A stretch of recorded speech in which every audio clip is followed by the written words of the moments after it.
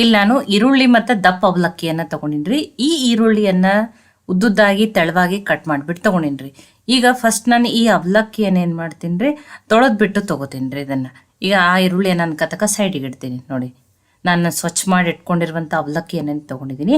ಈಗ ಈ ಅವಲಕ್ಕಿಯನ್ನು ತೊಳೆದ್ಬಿಟ್ಟು ತೊಗೊಳ್ಳೋಣ ನೋಡಿರಿ. ಅಂದ್ರೆ ಅವಲಕ್ಕಿಯನ್ನು ಏನು ಮಾಡ್ತೀನಿ, ತೊಳೆದು ನೆನೆಸ್ಬಿಟ್ಟು ತೊಗೋತೀನಿ ರೀ. ಈಗ ನೋಡಿರಿ, ಇದರೊಳಗೇ ಒಂದು ಅನ್ಕತಕ್ಕ ನೆನಿಲಿ 10 ನಿಮಿಷ ಸೈಡಿಗೆ ಇಡ್ತೀನಿ. ಇನ್ನೊಂದು ಪಾತ್ರೆಯಲ್ಲಿ 3 ಮೆಣಸಿನ್ಕಾಯಿನ ಸಣ್ಣದಾಗಿ ಕಟ್ ಮಾಡಿ ಹಾಕ್ತಾಯಿದ್ದೀನಿ. ಖಾರ ನೀವು ನೋಡ್ಕೊಂಡು ಹಾಕೋರಿ. ಸ್ವಲ್ಪ ಹಸಿ ಶುಂಠಿಯನ್ನು ಸಣ್ಣದಾಗಿ ಕಟ್ ಮಾಡಿ ಹಾಕ್ತಾಯಿದ್ದೀನಿ. ನೀವು ತುರಿದ್ಬಿಟ್ಟು ಹಾಕ್ಬೋದು. 1 ಸ್ಪೂನ್ ಆಗಷ್ಟು ಹವೇಜ್ ಅಥವಾ ಕೊತ್ತಂಬರಿ ಬೀಜನ ನೋಡಿ ಸ್ವಲ್ಪ ಕುಟ್ಟಿ ಹಾಕಿನ್ರಿ. ಕುಟ್ಟಿ ಹಾಕೋದ್ರಿಂದ ಫ್ಲೇವರ್ ಚೆನ್ನಾಗಿ ಬರ್ತದೆ. ಪೌಡ್ರ್ ಹಾಕ್ಬೇಡ್ರಿ. ಒಂದು ಅರ್ಧ ಸ್ಪೂನ್ ಆಗಷ್ಟು ಜೀರಿಗೆ, ಫ್ರೆಶ್ ಆಗಿರುವ ಕರಿಬೇವು ಸೊಪ್ಪಿದ್ರೆ ಹಾಕ್ರಿ. ನಾನಿವತ್ತು ಅವಲಕ್ಕಿಯನ್ನು ಬಳಸ್ಬಿಟ್ಟು ಪಕೋಡಾನ ಮಾಡಿ ತೋರಿಸ್ತಾ ಇದ್ದೀನಿ ರೀ. ಸ್ವಲ್ಪ ಕೊತ್ತಂಬರಿ ಸೊಪ್ಪು ನೋಡಿ, ಒಂದು 3 ಮೀಡಿಯಮ್ ಸೈಜದ ಈರುಳ್ಳಿ ಆಗಷ್ಟ ಈಗ ಉದ್ದುದಾಗಿ ಕಟ್ ಮಾಡಿ ಇಟ್ಕೊಂಡಿರುವಂಥ ಈರುಳ್ಳಿಯನ್ನು ಹಾಕ್ತೀನಿ ರೀ ನಾನು. ನೋಡಿ, ರುಚಿಗೆ ತಕ್ಕಷ್ಟು ಉಪ್ಪು ನೋಡಿ. ಈಗ ಇದನ್ನು ಮಿಕ್ಸ್ ಮಾಡ್ಕೊಂಡ್ರಿ. ಆ ಉಪ್ಪು, ಮಸಾಲೆ, ಈರುಳ್ಳಿ ಎಲ್ಲ ಚೆನ್ನಾಗಿ ಮಿಕ್ಸ್ ಆಗಲಿ ರೀ. ಮತ್ತು ಆ ಈರುಳ್ಳಿನೂ ಏನಾಗ್ತಾವ್ರಿ, ಬಿಡಿ ಬಿಡಿ ಆಗ್ಬೇಕು ನೋಡಿರಿ ಎಲ್ಲನೂ ಪ್ರತಿಯೊಂದೂ. ಆ ರೀತಿ ನೀಟಾಗಿ ಮಿಕ್ಸ್ ಮಾಡ್ಕೊಂಡ್ರೆ ನೋಡಿ, ಅವಲಕ್ಕಿನೂ ತುಂಬಾ ಚೆನ್ನಾಗಿ ನೆಂದದ. ಈಗ ಅವಲಕ್ಕಿಯನ್ನು ಹಾಕ್ಬಿಟ್ಟು ಮಿಕ್ಸ್ ಮಾಡ್ಕೊತೀನಿ ನೋಡಿರಿ.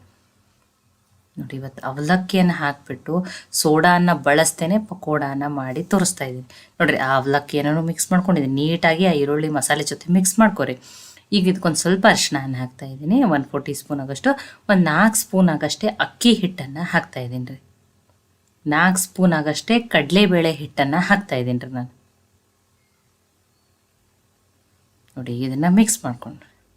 ನೋಡಿ, ಇಲ್ಲಿ ಪಕೋಡ ಅಂದ್ರೆ ಹಿಟ್ಟನ್ನು ತೆಳುವಾಗಿ ಕಲಿಸ್ಬಿಟ್ಟು ತೊಗೋಬಾರ್ದ್ರಿ, ಗಟ್ಟಿಯಾಗಿಯೇ ಕಲಿಸ್ಬಿಟ್ಟು ತೊಗೋತೀನಿ ನೋಡಿರಿ ನಾನು. ನೋಡಿ, ಎಷ್ಟು ಈರುಳ್ಳಿಯನ್ನು ನೋಡಿರಿ ಮಿಕ್ಸ್ ಮಾಡಿ ಕಲಸ್ದಂಗೆ ಆಲ್ರೆಡಿ ಈರುಳ್ಳಿ ಏನಾಗಿರ್ತದೆ, ನೀರು ಬಿಟ್ಟಿರ್ತದೆ ರೀ. ನೋಡಿ, ಇದೇ ನೀರು ಜಾಸ್ತಿ ಹಿಡಿಯಲ್ಲ. 2 ಸ್ಪೂನು ಅಥವಾ 3 ಸ್ಪೂನು ಇಷ್ಟೇ ನೀರನ್ನು ಹಿಡಿತದೆ ರೀ. ನೋಡಿ, ಪಕೋಡ ಅಂದರೆ ತೆಳುವಾಗಿ ಹಿಟ್ಟನ್ನು ಕಲಸಿ ಸೋಡಾ ಹಾಕಿಲ್ಲ, ಏನೂ ಇಲ್ಲ, ಗಟ್ಟಿಯಾಗಿಯೇ ಇದೇ ರೀತಿಯೇ ಇರಬೇಕು ನೋಡಿರಿ. ಈ ರೀತಿ ಕಲಿಸ್ಬಿಟ್ಟು ತೊಗೋಬೇಕು.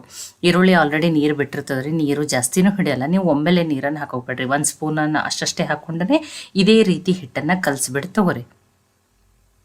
ನೋಡಿ, ಈಗ ಇಷ್ಟು ನೋಡಿ, ಚಿಕ್ಕ ಇಷ್ಟು ಸಣ್ಣ ಉಂಡೆ ಥರ ಮಾಡ್ಕೋತೀನಿ ನೋಡಿರಿ. ಇಷ್ಟಿಷ್ಟೇ ನೋಡಿ. ಭಾಳ ತುಂಬ ದೊಡ್ಡ ಸೈಜ್ ಅಥವಾ ದಪ್ಪನೂ ಮಾಡ್ಕೋಬೇಡ್ರಿ.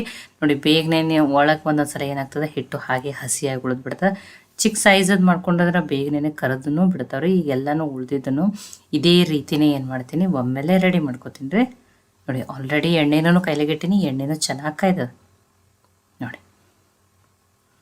ಈ ರೀತಿ ಚಿಕ್ಕ ಪಕೋಡಗಳನ್ನ ಮಾಡ್ಕೊಂಡಿದ್ದೀನಿ. ಎಣ್ಣೆ ಕಾಯ್ದದ. ಈಗ ಎಣ್ಣೆಯಲ್ಲೇ ಹಾಕೊಂಡು ನೋಡ್ರಿ.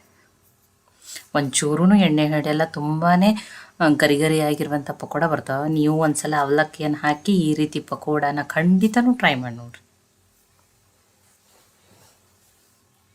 ನೋಡಿ, ಲೈಟ್ ಕೆಂಪಗಾಗೋರ್ಗು ಕರೆದ್ಬಿಟ್ಟು ತೊಗೊಳನ್ರಿ ಇದನ್ನು. ನೋಡಿ, ಮೀಡಿಯಮ್ ಫ್ಲೇಮ್ದಲ್ಲಿ ಇಟ್ಟನೇ ಕರೀರಿ. ಹೈ ಫ್ಲೇಮ್ದಲ್ಲಿ ಇಟ್ಟು ಕರೆದ್ರೆ ಹೊರಗಡೆಯಿಂದ ಅಷ್ಟೇ ಕರೆದು ಒಳಗಡೆ ಹಿಟ್ಟು ಹಸಿ ಉಳಿದಿರ್ತಿರ್ತದೆ ರೀ ಇದು. ನೋಡಿ, ಎಷ್ಟು ಚೆನ್ನಾಗಿ ಬಂದವ. ನಾನು ನಿಮಗೆ ಆಮೇಲೆ ಕಟ್ ಮಾಡಿಬಿಟ್ಟು ತೋರಿಸ್ತೀನಿ. ಇನ್ನೊಂದು ಸ್ವಲ್ಪ ಅವನ್ನೂ ಕರೆದ್ಬಿಟ್ಟು ತೊಗೋತೀನಿ ರೀ ನಾನು. ತುಂಬಾ ಗರಿಯಾಗಿ ಅಥವಾ ಕ್ರಿಸ್ಪಿಯಾಗಿರುವಂಥ ಪಕೋಡ ಬಂದವ ನೋಡಿ. ನೋಡಿ, ನಾನು ನಿಮಗೆ ಸಮೀಪದಿಂದನೂ ತೋರಿಸ್ತಾ ಇದ್ದೀನಿ, ಎಷ್ಟು ಚೆನ್ನಾಗಿ ಬಂದವ ನೋಡಿರಿ. ನೋಡಿ, ಇದ್ರ ಕ್ರಿಸ್ಪಿನೆಸ್ಸು ತೋರಿಸ್ತೀನಿ ನೋಡಿರಿ.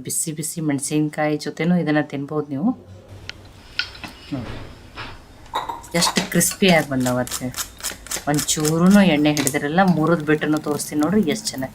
ಆ ಹವೇಜದ ಕೊತ್ತಂಬರಿ ಬೀಜ ಹಾಕ್ರಿ, ಅದರ ಫ್ಲೇವರ್ ತುಂಬಾ ಚೆನ್ನಾಗಿ ಬರ್ತದೆ. ಅದನ್ನು ಸ್ಕಿಪ್ ಮಾಡಬೇಡ್ರಿ. ನೋಡಿ, ಮುರಿದು ಬಿಟ್ಟನ್ನು ತೋರಿಸಿದ್ದೀನಿ ನೋಡಿ. ಇನ್ನೊಂದನ್ನು ಮುರಿದು ಬಿಟ್ಟು ತೋರಿಸ್ತೀನಿ ನೋಡಿ. ಆ ಸೌಂಡ್ದಿಂದನೇ ಗೊತ್ತಾಗತ್ತೈತೆ ನಿಮಗೆ ಎಣ್ಣೆ ನೋಡೋದಿಲ್ಲ ಎಷ್ಟು ಕ್ರಿಸ್ಪಿಯಾಗಿ ಬಂದವು. ಬಿಸಿ ಟೇಸ್ಟಿಯಾಗಿರೋಂಥ ಅವಲಕ್ಕಿ ಹಾಕಿ ಮಾಡಿರುವ ಪಕೋಡ ಈ ಮಳೆಗಾಲಕ್ಕಂತೂ ಟೀ ಜೊತೆ ಬೆಸ್ಟ್ ಕಾಂಬಿನೇಷನ್ ರೀ. ಈ ರೆಸಿಪಿ ನಿಮಗೆ ಸ್ವಲ್ಪ ಆದರೂ ಇಷ್ಟ ಆಗಿದ್ರೆ ಲೈಕ್ ಮಾಡಿ, ಶೇರ್ ಮಾಡಿ, ಕಮೆಂಟ್ ಮಾಡಿರಿ. ಖಂಡಿತ ಟ್ರೈ ಮಾಡಿ ನನಗೆ ಹೆಂಗೆ ಬಂದಿತ್ತು ಅಂತ ತಿಳಿಸ್ರಿ. ಮತ್ತು ನೀವು ಯಾವ್ಯಾವ ರೀತಿ ಪಕೋಡಗಳನ್ನ ಮಾಡ್ತೀರತ್ತ ಹೇಳಿ ನನಗೆ ಕಮೆಂಟ್ ಮಾಡಿ ತಿಳಿಸ್ರಿ. ಮತ್ತೆ ಹೊಸ ರೆಸಿಪಿ ಜೊತೆ ಸಿಗೋಣ. ಎಲ್ಲರಿಗೂ ಧನ್ಯವಾದ.